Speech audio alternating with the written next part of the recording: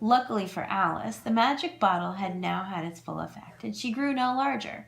Still, it was very uncomfortable, and as there seemed to be no sort of chance of her ever getting out of the room again, no wonder she felt unhappy.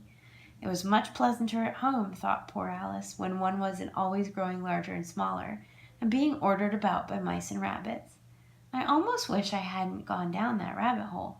And yet, it's rather curious, this life. I do wonder what can have happened to me.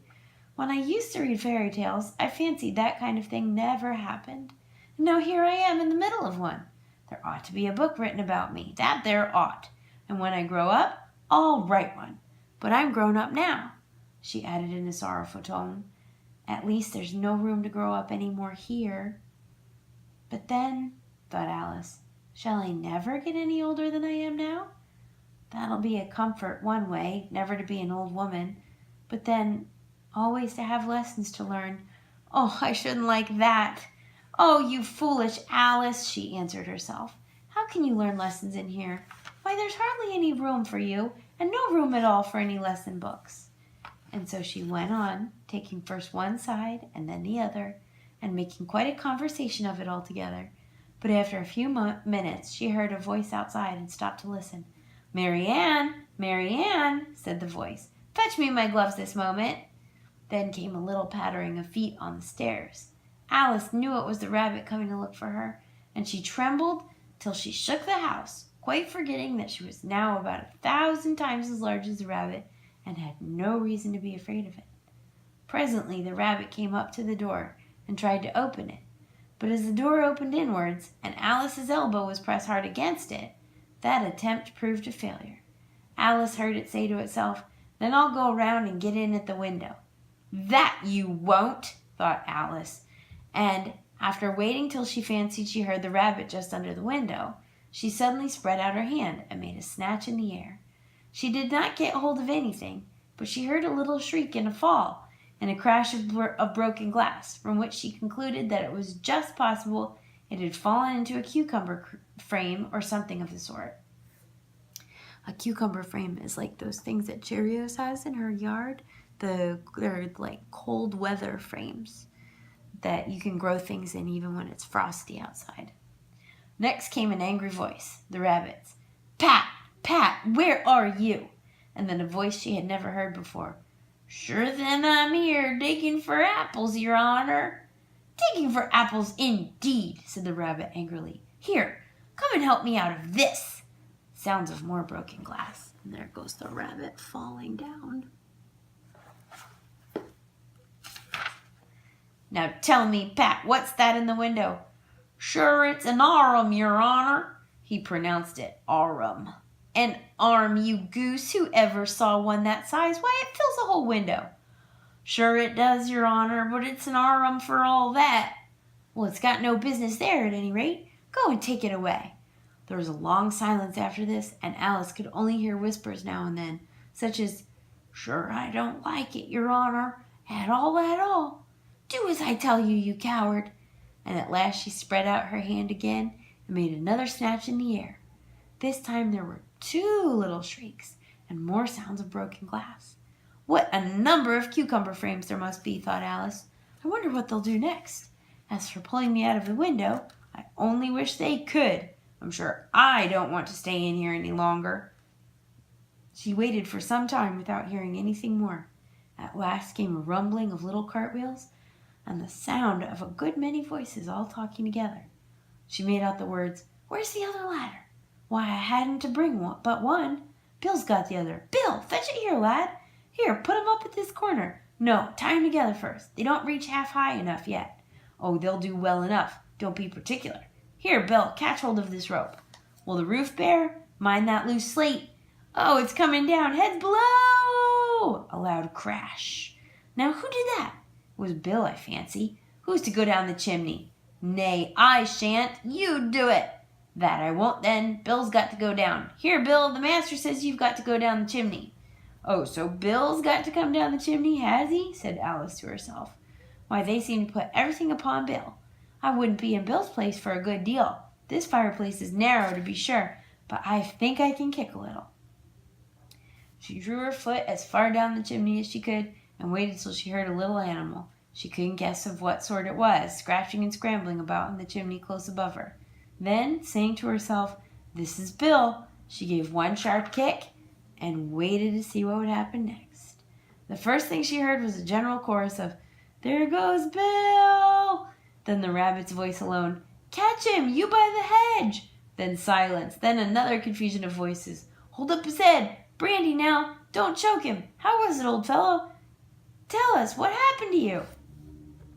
Last came a little feeble squeaking voice. "That's Bill," thought Alice. "Well, I hardly know. No more, thank you. I'm better now. But I'm a deal too flustered to tell you. All I know is something comes at me like a jack-in-the-box, and up I goes like a skyrocket." There's Bill going up like a skyrocket out of the chimney. He's a lizard. "So you did, old fellow," said the others. "We must burn the house down," said the rabbit's voice. And Alice called out as loud as she could, "If you do, I'll set Dinah at you." There was dead silence instantly, and Alice thought to herself, "I wonder what they will do next. If they had any sense, they'd take the roof off." After a minute or two, they began moving about again, and Alice heard the rabbit say, "A barrowful will do, to begin with." "A barrowful of what?" thought Alice. But she had not long to doubt, for the next moment a shower of little pebbles came rattling in at the window, and some of them hit her in the face. "I'll put a stop to this," she said to herself, and shouted out, "You better not do that again," which produced another dead silence. Alice noticed with some surprise that the pebbles were all turning into little cakes as they lay on the floor, and a bright idea came into her head. "If I eat one of these cakes, it's sure to make some change in my size, and as it can't possibly make me larger, it must make me smaller." So she swallowed one of the cakes and was delighted to find that the shrinking began directly. As soon as she was small enough to get through the door, she ran out of the house and found quite a crowd of animals and birds waiting outside. The poor little lizard, Bill, was in the middle, being held up by 2 guinea pigs, who were giving it something out of a bottle. They all made a rush at Alice the minute she appeared, but she ran off as hard as she could and found herself safe in a thick wood. "The first thing I've got to do," said Alice to herself, "is to grow to my right size again, and the second thing is to find my way in that lovely garden. I think that will be the best plan." It sounded like an excellent plan, no doubt, and very neatly and simply arranged. The only difficulty was, she had not the smallest idea how to set about it, and while she was peering about anxiously among the trees, a little sharp bark just over her head made her look up in a great hurry. An enormous puppy was looking down at her with large round eyes and feebly stretching out one paw trying to touch her. "Poor little thing," said Alice in a coaxing tone, and she tried hard to whistle to it, but she was terribly frightened all the time at the thought that it might be hungry, in which case it would be very likely to eat her up. Hardly knowing what she did, she picked up the little bit of stick and held it out to the puppy. The puppy jumped into the air off all its feet at once with a yelp of delight and rushed at the stick and made believe to worry it.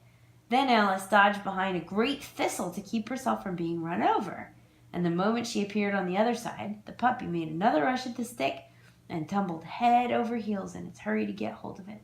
Then Alice, thinking it was very like having a game of play with a cart horse, and expecting every moment to be trampled under his feet, ran round the thistle again. Then the puppy began a series of short charges at the stick, running a very little way forwards each time and a long way back, and barking hoarsely all the while, till at last it sat down a good way off, panting, with its tongue hanging out of its mouth and its great eyes half shut. This seemed to Alice a good opportunity for making her escape, so she set off at once and ran till she was quite tired and out of breath, until the puppy's bark sounded quite faint in the distance.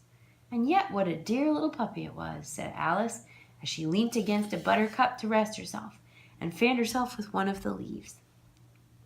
"I should have liked teaching it tricks very much if I'd only been the right size to do it. I'd nearly forgotten that I've got to grow up again. Let me see, how is it to be managed? I suppose I ought to eat or drink something or other, but the great question is, what?"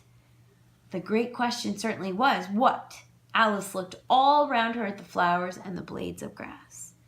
but she could not see anything that looked like the right thing to eat or drink under the circumstances. There was a large mushroom growing near her, about the same height as herself, and when she had looked under it, and on both sides of it, and behind it, it occurred to her that she might as well look and see what was on the top of it.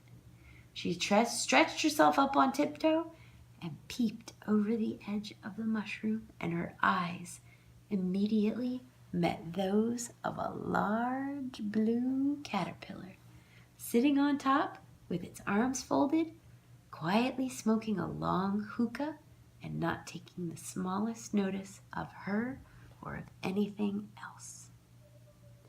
I can't wait to read you the next one. I love the next one too. It's the caterpillar, and he is so mysterious and funny and silly. And the first thing he says, Devin can probably tell you. Maybe you should ask Devin right now. What does he say first? He says, "Who are you?"